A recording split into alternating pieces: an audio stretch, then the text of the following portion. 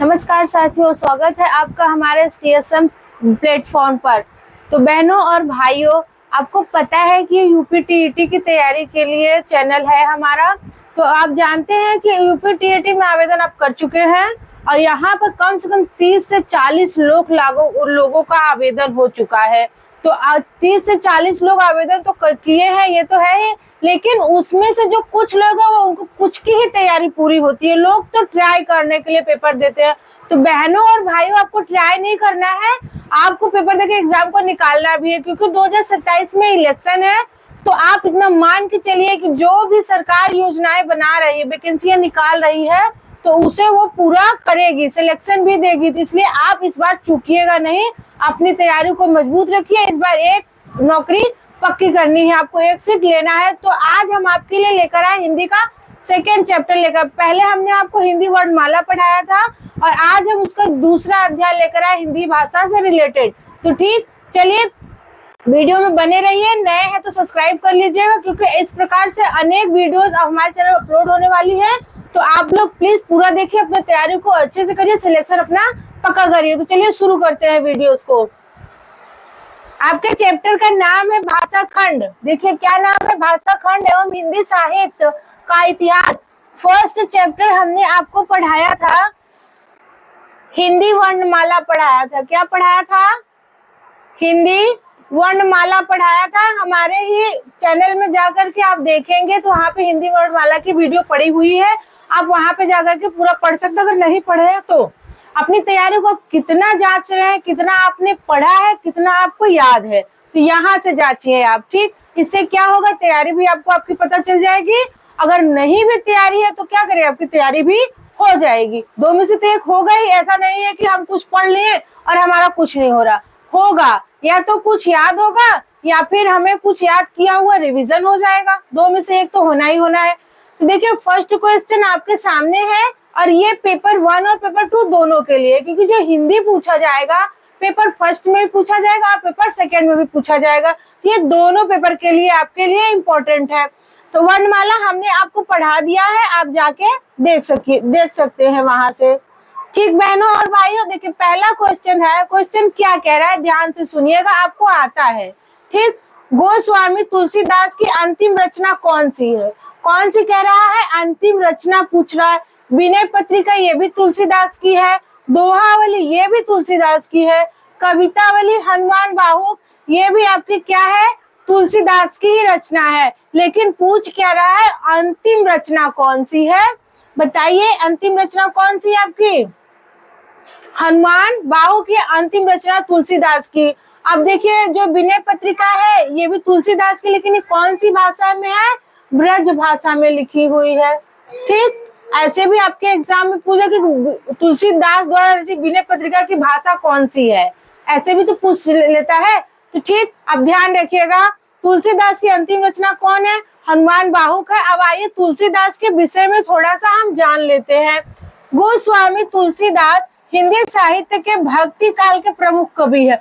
किस काल के हैं? भक्ति काल के हैं। तो ऐसे ही पूछेगा आपके एग्जाम में कि तुलसीदास किस काल के कवि है? तुलसीदास भक्ति काल के कवि है। ठीक, जिनकी रचना मुख्य रूप से अवधी और ब्रज भाषा में, यानी तुलसीदास की किस भाषा में रचना मिलती है? अवधी और ब्रज भाषा में मिलती है। देखिए एक क्वेश्चन आपका ये हो गया, दो क्वेश्चन किस काल के हैं, तीसरा क्वेश्चन उनकी जो भाषा है, उनकी जो रचना है वो किस भाषा में है? अवधी और ब्रज भाषा। 3-4 क्वेश्चन आपको एक क्वेश्चन से मिल गए। उनकी सबसे प्रसिद्ध रचना, प्रसिद्ध और प्रामाणिक रचना कौन सी है? रामचरितमानस है, जो महाकाव्य है। सबसे प्रसिद्ध और प्रामाणिक रचना कौन सी है साथियों? रामचरित है, जो कि एक महाकाव्य है। अन्य प्रमुख पुस्तकों में विनय पत्रिका, कवितावली, दोहावली, गीतावली, हनुमान चालीसा शामिल है। हिंदी और ब्रज भाषा में उपलब्ध है। जो इनकी अन्य रचना है वह हिंदी और ब्रज भाषा में उपलब्ध है। साथियों बहनों, ऐसा नहीं कि हम किसी दूसरे नक्षत्र से आए, बिल्कुल भी नहीं, हम भी आपके ही बीच से आए हुए हैं। ठीक, तो आप अपनी तैयारी, हम जानते हैं घर पे बहुत सारा काम होता है, तो काम तो चलता रहेगा, लेकिन नौकरी बार बार नहीं मिलेगी। ये आप इस मौके से चूकिएगा नहीं। ठीक है, हमारे चैनल को क्या करिए, सब्सक्राइब कर लीजिएगा। आपको यहाँ पे बहुत सारी ऐसे चीजें मिलेंगी जो तैयारी को आपको और उम्दा बनाएंगी और जोरों शोरों से आने तैयारी को आपको क्या करेगी, मजबूत बनाएगी दोस्तों। तो ठीक, देखिए सेकेंड क्वेश्चन क्या है, हिंदी साहित्य के रीतिकाल, किस काल के रीतिकाल को श्रृंगार काल नाम किस इतिहासकार ने रखा है? रीतिकाल को श्रृंगार काल का नाम किस इतिहासकार ने रखा है, बताइए जल्दी से। रामचंद्र शुक्ल ने रखा है, हजारी प्रसाद द्विवेदी ने, विश्वनाथ प्रसाद मिश्र ने, या राम कुमार वर्मा ने? किसने हिंदी साहित्य रीतिकाल को श्रृंगार काल कहा है, बताइए फटाफट, किसने रीतिकाल को श्रृंगार काल कहा है? आचार्य हजारी प्रसाद ने कहा है, रीतिकाल को श्रृंगार काल कहा है इन्होंने। ठीक, अब देखिए उनके बारे में थोड़ी चर्चा कर लेते हैं। आचार्य हजारी प्रसाद द्विवेदी 1907 से 1979 तक उनका जो जन्म काल चला है। उसके बाद हिंदी साहित्य के एक प्रमुख आलोचक क्या हो रह चुके हैं, वो आलोचक, निबंधकार और उपन्यासकार थे।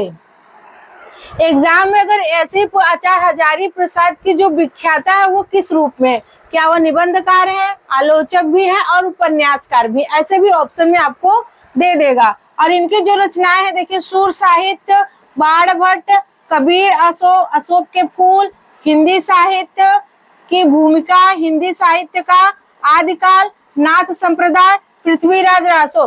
देखिए इनकी रचनाओं को बहुत ध्यान से देखिएगा बहनों और भाइयों, क्योंकि रचनाओं से ही क्वेश्चन पुटअप कर दिया जाता है।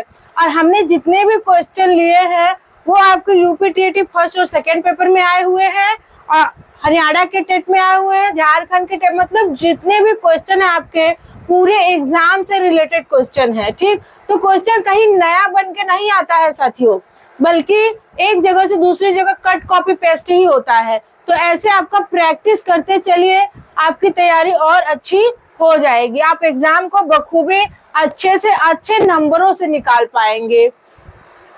तो ठीक, देखिए प्रेमचंद की कौन सी कृति अंग्रेजों द्वारा जब्त कर ली गई थी?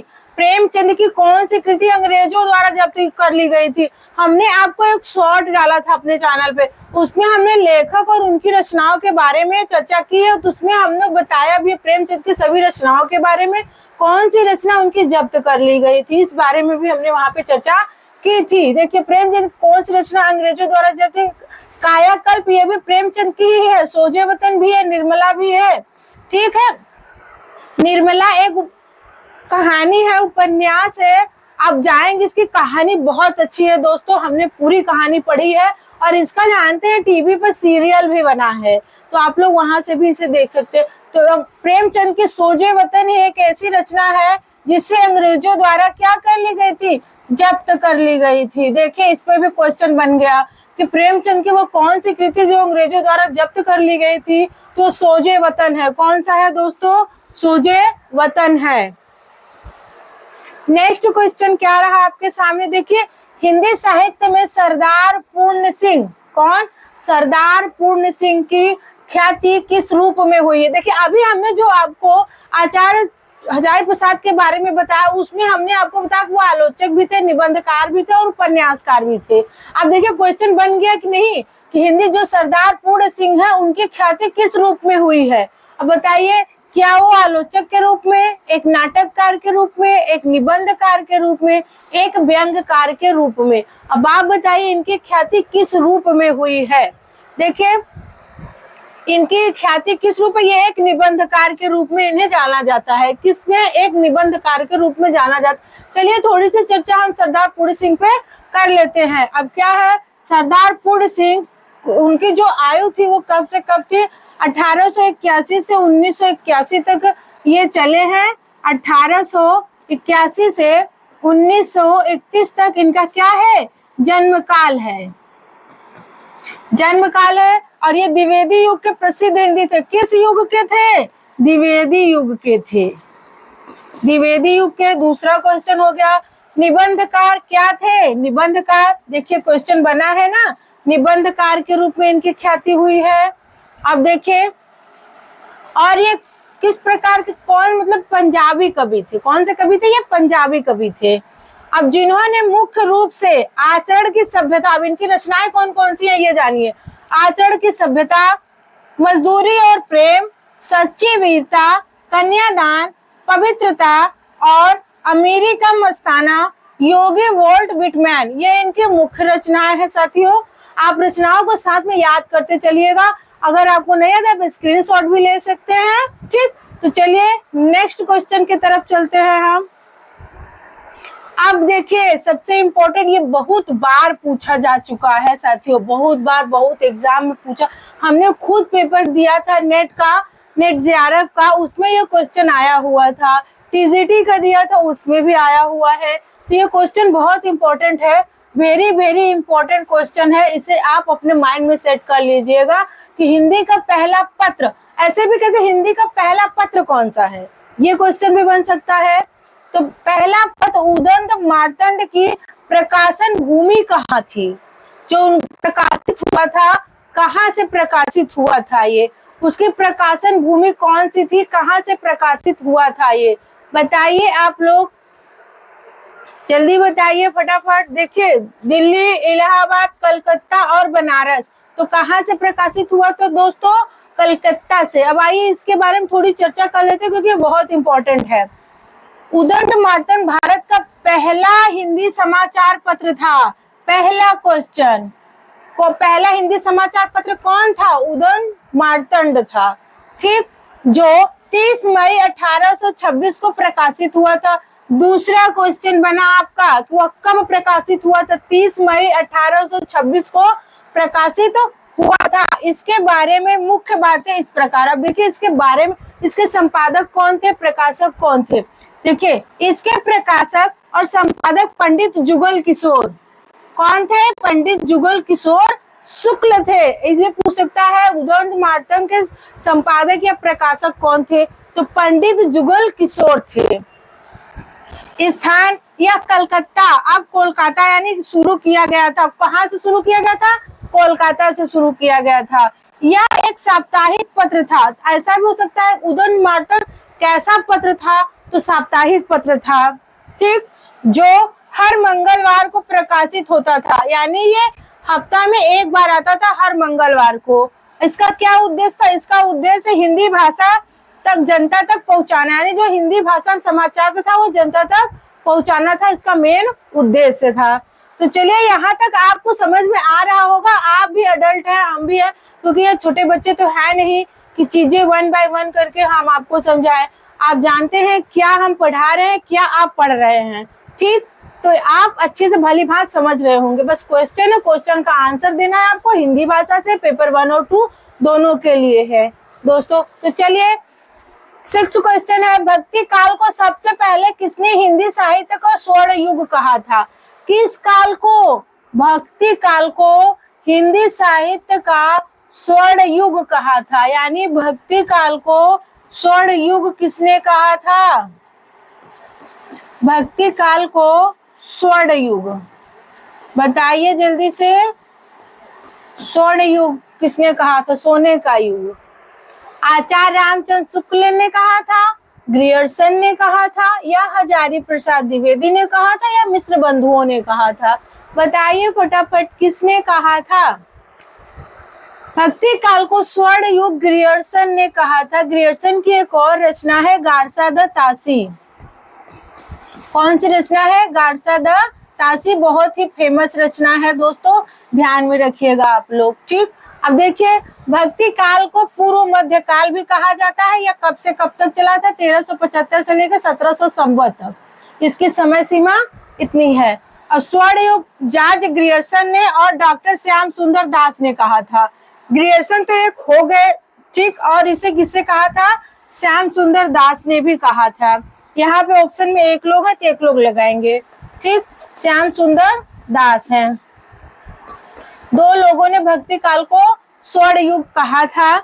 भक्ति काल आचार्य रामचंद्र शुक्ल, लोग देखिए भक्ति काल किसने कहा था, आचार्य रामचंद्र शुक्ल ने कहा था। स्वर्ण काल किसने कहा था, ग्रियर्सन और श्याम सुंदर दास ने कहा था। और हजारी प्रसाद द्विवेदी ने भक्ति काल को लोक जागरण काल कहा था। कौन सा काल कहा था, लोक जागरण काल कहा था भक्ति काल को हजारी प्रसाद द्विवेदी ने। ऐसे भी क्वेश्चन आपके बनेंगे। साथियों देखिए, एक ही क्वेश्चन में कम से कम 5 से 6 क्वेश्चन की तैयारी हम आपको करवा रहे हैं, तो प्लीज इसके लिए हमारे चैनल को सब्सक्राइब कर लीजिए। आप तो भली भांति जानते हैं कि हम चैनल को सब्सक्राइब करेंगे तभी तो हमें आगे वीडियोस मिलेंगे, आपकी तैयारी को और उम्दा बनाएंगी। तो ठीक, आप ऐसे में देखिए, हमने आपको हिंदी से भी रिलेटेड 2-3 वीडियो डाले हैं और उसके बाद CDP भी डाले हैं। ये हिंदी का वर्णमाला था, फर्स्ट चैप्टर, सेकंड चैप्टर है। इस प्रकार हम हिंदी के सारे चैप्टर आपको रिवाइज करवाएंगे या याद करवाएंगे और उसके बाद CDP के पूरे चैप्टर हम कंप्लीट करवा देंगे, आपके AVS के भी करवा देंगे। ठीक दोस्तों, इस प्रकार आपकी तैयारी को और अच्छे से बनाने के लिए आप चैनल को प्लीज सब्सक्राइब कर लीजिए और बेल आइकन को दबा दीजिएगा। हिंदी के प्रथम गद्यकार कौन है? गद्यकार, निबंधकार, नाटककार, उपन्यासकार। ठीक, तो इसमें पूछ रहा है हिंदी के प्रथम गद्यकार कौन है, बताइए कौन है? बाल कृष्ण भट्ट, लल्लूलाल, भारतेंदु हरिश्चंद्र, राजा शिव प्रसाद सितारे हिंद। हिंदी के प्रथम गद्यकार कौन है साथियों? फटाफट बताइए आप लोग, कौन है? लल्लूलाल है। कौन है? लल्लूलाल गद्यकार हैं, हिंदी के प्रथम गद्यकार हैं। कौन है? प्रथम गद्यकार हैं। विनय पत्रिका की भाषा क्या है? विनय पत्रिका किसकी रचना है? तुलसीदास की। किसकी रचना है साथियों? तुलसीदास की है। और इसकी भाषा क्या है? विनय से ब्रज बना है, तो इसे याद रखिएगा, ब्रज भाषा है। कौन सी भाषा है? ब्रज भाषा है। तुलसीदास की रचनाएं अवधी और ब्रज भाषा में मिलती हैं। अवधी और ब्रज भाषा इनकी मेन भाषाओं में, यही 2 भाषाओं में इनकी पूरी रचना मिलती है। इनकी सबसे प्रसिद्ध रचना है महाकाव्य रामचरितमानस। कौन सी रचना है? रामचरितमानस। याद रखिएगा, उनकी सबसे मेन महाकाव्य रचना कौन सी है? रामचरितमानस है। नेक्स्ट क्वेश्चन आ गया, किस कवि को अपभ्रंश का वाल्मीकि कहा जाता है? किस कवि को अपभ्रंश का वाल्मीकि कहा जाता है? वाल्मीकि संस्कृत के बहुत ही विख्यात कवि हैं। इन्होंने रामायण की संस्कृत में पूरी रचना की है। अब कह रहे हैं किस कवि को अपभ्रंश का वाल्मीकि कहा जाता है, बताइए? सरहपा, पुष्पदंत, स्वयंभू या हेमचंद? किस कवि को कहा जाता है? फटाफट आप लोग बताइए दोस्तों, जल्दी से जल्दी बताइए, किस कवि को अपभ्रंश का वाल्मीकि कहा जाता है? अपभ्रंश सबसे पुराना आपका भाषा है। ठीक, सबसे पुरानी बोलिए भाषा है, तो सबसे पुराने रचनाकार है स्वयंभू। इन्हीं को हम अपभ्रंश का वाल्मीकि कहते हैं। नेक्स्ट क्वेश्चन, कबीरदास किस शासक के समकालीन थे? किस शासक के समकालीन थे? किस शासक मतलब शासक कर रहे थे उस टाइम के ये कबीरदास हैं? किस शासक के समकालीन थे?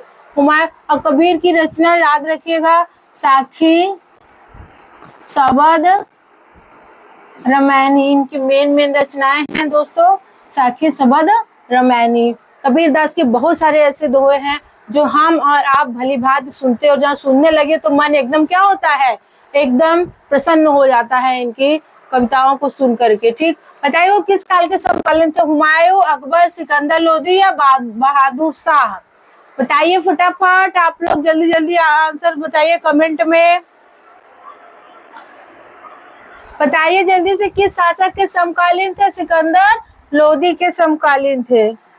नेक्स्ट क्वेश्चन, बिहारी निम्नलिखित में से किस काल के कवि थे? बताइए जल्दी से, जो बिहारी हैं वो किस काल के कवि थे?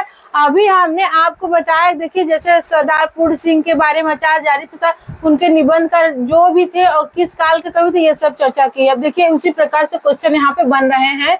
तो बिहारी निम्नलिखित में से किस काल के कवि थे? रीतिकाल के। ठीक, रीतिकाल के कवि थे ये। अब आइए नेक्स्ट क्वेश्चन आता है, भक्ति काल की रामाश्रयी शाखा के निम्न में से कौन से कवि हैं? रामाश्रयी मतलब प्रभु राम से रिलेटेड होंगे। ठीक, प्रभु राम से रिलेटेड होंगे। तो प्रभु राम से क्या? सूरदास, मीराबाई, जायसी या तुलसीदास? मीराबाई और तुलसीदास तो कृष्ण भगवान से रिलेटेड इनकी रचनाएं मिलती हैं। कृष्णदास की प्रेमिका भी आधुनिक प्रेमिका कही जाती है मीराबाई। तो जायसी में तो पद्मावत है, तुलसीदास बचे जो कि प्रभु श्री राम के रामाश्रयी शाखा के कवि हैं। नेक्स्ट क्वेश्चन है छायावाद। क्या आया दोस्तों? छायावाद शब्द का सर्वप्रथम प्रयोग किस आलोचक ने किया था? किस आलोचक ने किया था? मुकुटधर पांडे, आचार्य रामचंद्र शुक्ल, हजारी प्रसाद द्विवेदी, नामवर सिंह। ये सब क्या है? आलोचक हैं। क्या है? आलोचक है, हिंदी के आलोचक हैं। ये एक दूसरे की रचनाओं पर आलोचना करने वालों को आलोचक कहते हैं। तो सर्वप्रथम प्रयोग किस आलोचक ने किया था? मुकुटधर पांडे, आचार्य रामचंद्र, हजारी प्रसाद द्विवेदी या नामवर सिंह? बताइए जल्दी से, किस आलोचक ने किया? कौन है आलोचक छायावाद का? बताइए फटाफट, कौन है आलोचक? मुकुटधर पांडे हैं छायावाद के सर्वप्रथम आलोचक। नेक्स्ट क्वेश्चन, आचार्य रामचंद्र शुक्ल ने रीतिकाल का प्रवर्तक आचार्य किसे माना है? यानी जो रीतिकाल के प्रवर्तक है उसे आचार्य रामचंद्र शुक्ल ने किसे माना है? ठीक, तो हर राइटर के द्वारा अलग अलग लोग हैं। तो बताइए आचार्य रामचंद्र शुक्ल ने रीतिकाल का प्रवर्तक किसे माना है? प्रवर्तक यानी जनक किसे माना है? जनक किसे माना है? आचार्य रामचंद्र शुक्ल ने रीतिकाल का जनक। आचार्य केशवदास को, मतीराम को, चिंतामणि या बिहारी को किसे माना है? बताइए जल्दी जल्दी दोस्तों, किसे माना है? आचार्य रामचंद्र शुक्ल ने चिंतामणि को किसे माना है? प्रवर्तक चिंतामणि को प्रवर्तक है। ये किसके प्रवर्तक है? छायावाद के। कौन माना है इनको? रामचंद्र शुक्ल ने माना है। ठीक, चलिए देवनागरी लिपि की सबसे बड़ी विशेषता बताइए। आपको पता है हिंदी की लिपि क्या है? हिंदी की लिपि है देवनागरी। देवनागरी है। और यहाँ क्या पूछ रहा है? देवनागरी लिपि की सबसे बड़ी विशेषता क्या होती है? हिंदी भाषा की लिपि होना। ये तो हिंदी भाषा की लिपि होना कि देवनागरी सबसे बड़ी विशेषता है। अनेक भारतीय भाषाओं की लिपि होना। बताइए फटाफट। प्राचीन लिपि होना। ये प्राचीन लिपि भी है। सर्वाधिक वैज्ञानिक लिपि होना। एक ध्वनि के लिए एक संकेत होना।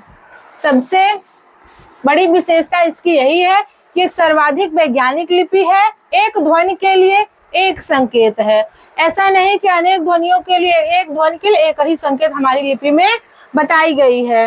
नेक्स्ट क्वेश्चन है साथियों, रानी केतकी की कहानी के लेखक कौन है? रानी केतकी की कहानी के लेखक कौन है? तो कौन है बताइए? इंशाअल्लाह खां। कौन है रानी केतकी की कहानी के लेखक? इंशाअल्लाह खां है। नेक्स्ट क्वेश्चन है, भारतीय संविधान में 22 भाषाओं को आधिकारिक भाषा का दर्जा दिया गया है। 22 भाषाओं को आधिकारिक भाषा का दर्जा किया गया। यानी हमारे भारत में कितनी भाषाओं को आधिकारिक दर्जा दिया गया है? 22 भाषाओं को। 22 भाषाओं को दिया गया है, जिनमें यह भाषा शामिल नहीं है। मणिपुरी, मैथिली, भोजपुरी, बोडो। आपकी मणिपुरी भी शामिल है, मैथिली भी है, बोडो भी है। भोजपुरी को संविधान ने अभी भाषाओं में दर्जा नहीं दिया है। तो 22 भाषाएं कौन कौन सी हैं? देखिए, असमिया है, बंगाली, गुजराती, हिंदी, कन्नड़, कश्मीरी, कोंकणी, मलयालम, मणिपुरी, मराठी, नेपाली, उड़िया, पंजाबी, संस्कृत, सिंधी, तमिल, तेलुगु, उर्दू, बोडो है, संथाली है, मैथिली है और डोंगरी है। ये आपकी 22 भाषाएं हैं जिन्हें संविधान ने क्या किया है? मंजूरी दी है, हमारी भारतीय भाषाओं में शामिल किया है इसे। 22 भाषाएं आपके सामने है। एक भोजपुरी है जिसमें आपके वो संविधान में शामिल नहीं की गई है। नेक्स्ट क्वेश्चन है, भाषा का प्राथमिक रूप क्या है? भाषा का पहला प्राथमिक रूप कौन सा है? बताइए फटाफट दोस्तों, पहला प्राथमिक रूप कौन सा है भाषा का? लिखना, बोलना, पढ़ना या सुनना? कौन सा है? फटाफट बताइए आप लोग। प्राथमिक भाषा का प्राथमिक रूप क्या है भाषा का? फटाफट बोलते रहिए आप लोग। बोलना है। जैसे कोई छोटा सा बच्चा है, आप खुद रियलाइज करिए कि पहले वो बोलना सीखता है। पहले टूटी फूटी भाषा में बोलेगा, फिर धीरे धीरे शब्दों को जोड़ना सीखेगा, उसके बाद वो अच्छे से बोलना सीख जाए। तो प्राथमिक भाषा यानी भाषा का जो प्राथमिक रूप है वो बोलना है। ठीक, नेक्स्ट है लिपि किस भाषा का आधार है? बताइए, लिपि जो है वो किस भाषा का आधार है? लिखित, मौखिक, सांकेतिक या मनोभाषा का? बताइए, जो लिपि होती है, हिंदी भाषा की लिपि क्या है? देवनागरी है। वो लिपि किस भाषा का आधार होती है? बताइए। तो वो लिपि तो जानते हैं लिखने की भाषा का आधार होता है, क्योंकि लिखा ही जाता है। अब देखिए, जो लिपि होती है वो किसकी कौन सी लिपि होती है? हिंदी, संस्कृत, मराठी, नेपाली की कौन सी लिपि है? देवनागरी है। पंजाबी की क्या है? गुरुमुखी लिपि है। उर्दू, फारसी और अरबी, तो ये फारसी लिपि में लिखी जाती है। अंग्रेजी, फ्रेंच, पोलिश, जर्मन, स्पेनिश, ये रोमन लिपि में लिखी जाती है। रूसी और ये रूसी लिपि में लिखी जाती है। देखिए, लिपि भी आपके सामने है और लिपि भाषा का आधार क्या है? लिखित रूप से, यानी लिखने में लिपि का प्रयोग किया जाता है। हिंदी कैसी भाषा है? हमारी जो हिंदी भाषा है वो कैसी है? वियोगात्मक है, संयोगात्मक है, या दोनों है, या कोई नहीं है? बताइए फटाफट, कौन सा है हिंदी भाषा आपका? वियोगात्मक है। कौन सा है? वियोगात्मक है। पूर्वी हिंदी की बोली कौन सी है? देखिए, पूर्वी हिंदी की बोली कौन सी है? बुंदेली, मगही, बघेली या भोजपुरी? जो पूर्वी हिंदी में बोली जाती है वो उसमें कौन सी बोली बोली जाती है? बताइए फटाफट आप लोग, कौन सी बोली बोली जाती है? बघेली बोली जाती है। कौन सी साथियों बोली जाती है? बघेली। अभी हम आपको पूरी भाषाओं के बारे में बताएंगे, किस में कौन सी भाषा बोली जाती है। पश्चिमी हिंदी की कौन सी बोली है? पश्चिमी हिंदी में कौन सी बोली बोली जाती है दोस्तों? अवधी, बुंदेली, बघेली या मेवाती? बताइए जल्दी से, कौन सी? बुंदेली। अब आइए भाषाओं के बारे में जानते हैं। पश्चिमी हिंदी में कौन कौन सी भाषा बोली जाती है? खड़ी बोली, ब्रज भाषा, हरियाणवी, बुंदेली, कौरवी और कन्नौजी, ये आपके किस में आ गए? पश्चिमी हिंदी में। अब पूर्वी हिंदी में कौन सी बोली बोली जाती है? अवधी, बघेली, छत्तीसगढ़ी। ठीक, अवधी, बघेली, छत्तीसगढ़ी, ये आपकी पूर्वी हिंदी में हो गई। राजस्थानी हिंदी में कौन कौन से आ गए? मारवाड़ी, जयपुरी, मेवाती, मालवी, ये आपकी राजस्थानी में हो गई। ठीक, बिहारी हिंदी में भोजपुरी, मगही और मैथिली आपकी हो गई। देखिए, और उसके बाद पहाड़ी हिंदी में कौन सी? गढ़वाली हो गए, कुमाऊनी हो गई, ये पढ़वाली पहाड़ी हिंदी के अंतर्गत आ गई। ये रही आपकी हिंदी की भाषाएं, पश्चिमी हिंदी की बोलियां हो गई। अपभ्रंश को पुरानी हिंदी किसने कहा है? देखिए, हमने बताया कि अपभ्रंश बहुत पुराना है, तो उसे पुरानी हिंदी किसने कहा है? ग्रियर्सन ने कहा, श्याम सुंदर दास ने, चंद्रधर शर्मा गुलेरी या आचार्य रामचंद्र शुक्ल ने कहा है? किसने अपभ्रंश को पुरानी हिंदी कहा है?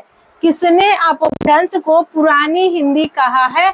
तो चंद्रधर शर्मा गुलेरी ने इसे पुरानी हिंदी कहा है, अपभ्रंश को। ठीक, भाषा के ग्रहात्मक कौशल कौन से हैं? ग्रहात्मक कौशल मतलब जो ग्रहण करने वाले कौशल हैं। ठीक, बताइए आप लोग, कौन से हैं ग्रहात्मक कौशल? सुनना, पढ़ना, पढ़ना लिखना, लिखना बोलना, या बोलना सुनना? तो सुनना आप ग्रहण कर रहे हैं, पढ़ रहे हैं तो भी ग्रहण करके पढ़ रहे हैं, तो आपका first option is the right answer. Next question, लिखित भाषा के लिए अनिवार्य क्या है? अगर हम कोई चीज लिख रहे हैं तो उसके लिए क्या अनिवार्य है? लिपि का ज्ञान होना, अक्षरों का ज्ञान, 12 खड़ी का ज्ञान, या व्याकरण का ज्ञान होना चाहिए? बताइए, सबसे क्या इंपॉर्टेंट है? हमें लिपि का ज्ञान होना चाहिए। सबसे पहले आप कौन सी लिपि में लिख रहे हैं, इसका ज्ञान आपको होना चाहिए। भाषा एक विषय है, तो भाषा कैसा विषय है? बताइए आप लोग, भाषा कैसा विषय है? हम लोग आपस में क्या करते हैं? भाषा के द्वारा ही एक दूसरे को क्या करते हैं? संचार बना करके अपनी बातों को पहुंचाते हैं। तो यह एक क्या हुआ? व्यवहार हुआ। तो यह कैसा हो गया? व्यवहारिक हो गया आपका। भाषा एक व्यवहारिक विषय है। भाषा के शिक्षण में मूल सत्य क्या है? भाषा का जो शिक्षण दिया जाता है उसमें मूल सत्य क्या है? भाषा के शिक्षण में मूल सत्य, भाषा मात्र लिखित होती है, भाषा का ढांचा संचारहीन होता है, भाषा प्रतीकात्मक होती है, भाषा अनुकरणहीन माध्यम है। बताइए, भाषा मात्र लिखित होती है, ये आपका गलत क्योंकि इसमें मात्र आ गया। भाषा का ढांचा संरचनाहीन होती है, बिल्कुल गलत। भाषा प्रतीकात्मक होती है, हाँ, क्योंकि कोई भी भाषा जैसे सांकेतिक भाषा, लिखित भाषा, मौखिक भाषा, तो भाषा कैसी होती है? उसका मूल सत्य क्या है? वो प्रतीकात्मक होती है। ठीक, ध्यान रखिएगा आप लोग, क्वेश्चन ऐसे ही आपके एग्जाम में आएंगे।